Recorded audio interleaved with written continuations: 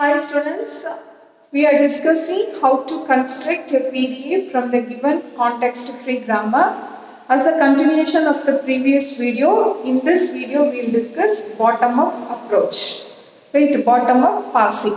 Right, in the previous video we have learned top-down parsing and now we can see about bottom-up parsing, and this method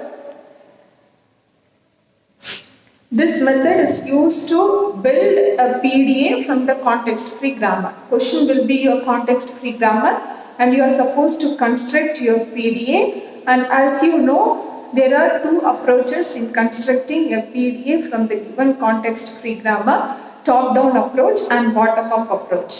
Top-down approach already we have learned in the previous video, and in this video we will be seeing about bottom-up approach. In bottom-up approach, first thing is find out all the terminals and write the transition for your terminals. Right? So this C stands for character or terminals. Right? Look at your grammar, find out all the terminals and finish the transition for your terminals first. Then for every rule, X tends to gamma 1, gamma 2 up to gamma n. That is, for every rule in your context-free grammar, you are supposed to include the reduced transitions. That is, RHS of your rule, you have to reverse and write. Right? P, comma, epsilon. Right? And here, this RHS of your rule, you have to reverse and write. That is your reduced transition. And at last, you have to include your finish up transition. That is nothing but you will be pushing your start symbol inside your stack. Right, this is your bottom-up approach. First terminals, then for all rules you have to include your reduced transition, and then finally you have to push the start symbol inside your stack. Right, so this is the question. Same question what we have seen for top-down approach. We are taking the same question and now we are going to do the bottom-up approach. Right, so what we have to do, first step is find out all the terminals. You know here plus star, open parenthesis, close parenthesis, and you have ID. You have 5 terminals. For all these 5 terminals, you have to include this transition. Right, here you can check there is no state change. Right, so how can you start? Q0. Right, this C stands for your terminal. So first terminal I include plus, then epsilon. Right? No state change, P. So here Q0, and it is your C. What is C? My plus. C is nothing but, I can say, is character or terminals. You know what is terminal? All lowercase letters, operators, digits, identifier comes under terminals. Right? So like this I have to write for all my terminals. Right? Q0 star epsilon, Q0 star. Next is Q0 open parenthesis epsilon, Q0 open parenthesis. Next Q0 close parenthesis epsilon, Q0 close parenthesis. Next Q0 identifier epsilon, which is equal to Q0 identifier. Right? Then for every rule in your grammar you have to write a reduced transition. Right? So in reduced transition also here you can check there is no state change. So we are in Q0, I will continue with Q0, then epsilon. Right? Now what you have to do, take the first rule, check your RHS. What is your RHS? E plus T. Reverse this E plus T. So while reversing, I have T plus E. T plus E. Right? Which is equal to Q0, comma, your LHS is E. Right? LHS is E. Similarly, you are supposed to write for all the roots. Q0 T, which is equal to Q0, comma, E. Next Q0, comma, epsilon, reverse it, F star T. F star T, which which is equal to q naught comma t.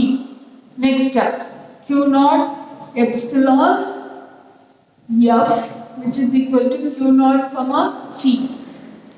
Right. Next this one, q naught epsilon, reverse it, close parenthesis e open parenthesis, right? Q naught comma f.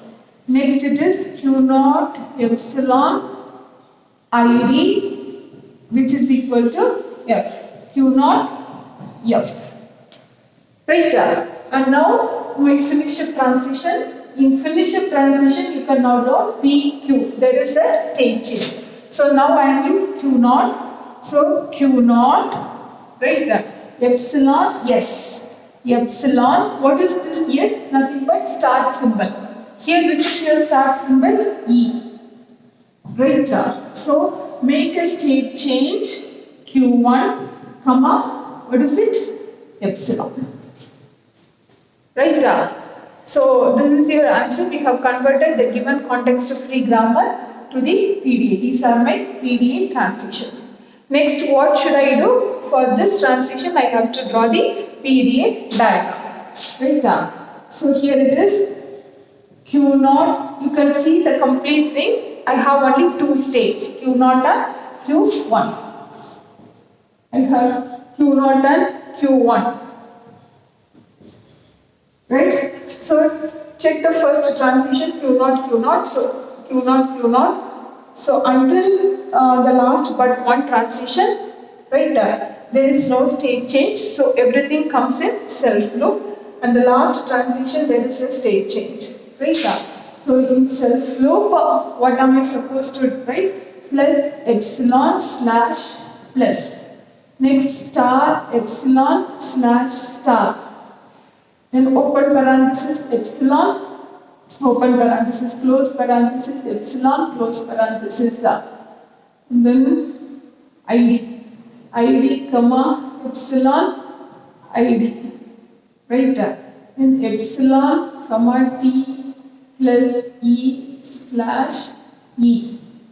Epsilon t plus e, e. Then epsilon, epsilon comma t, e.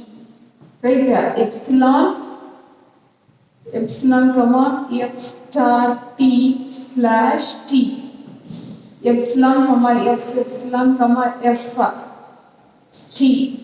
Is the board visible? Yeah. Epsilon comma f t. Then epsilon comma close e open parenthesis f. Right, since the board is not visible, I will write here the remaining epsilon plus id, epsilon comma id slash epsilon comma id slash f. Then epsilon comma e, epsilon comma e, it is epsilon. Epsilon comma id, sorry, this I am supposed to write here. Epsilon comma e slash epsilon, because there is a state change, Q naught, Q1. Right? So this is how we are using bottom-up approach to build a PDA from the given context-free grammar. Thank you.